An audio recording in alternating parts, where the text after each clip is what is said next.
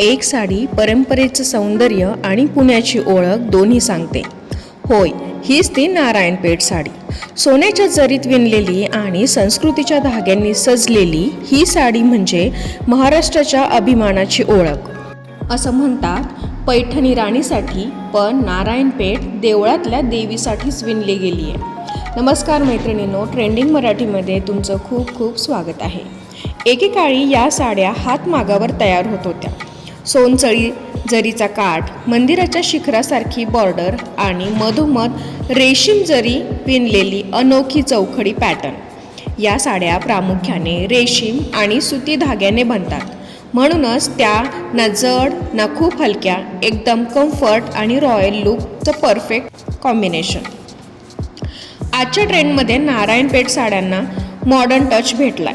Pastel shades, contrast border आणि minimalist डिझाईनसह, पण तरीही तिची पारंपरिक ओळख जपली गेली आहे. लग्न, नामकरण सोहळा, पूजा, कुठल्याही संस्काराच्या प्रसंगासाठी ही साडी म्हणजे एलिगन्स विथ ट्रॅडिशन.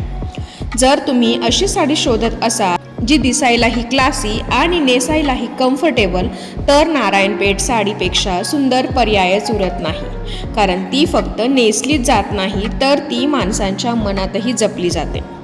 तर मैत्रिणींनो, आजच्या व्हिडिओमधल्या नारायणपेठ साड्या तुम्हाला कशा वाटल्या ते कॉमेंट करून नक्की सांगा.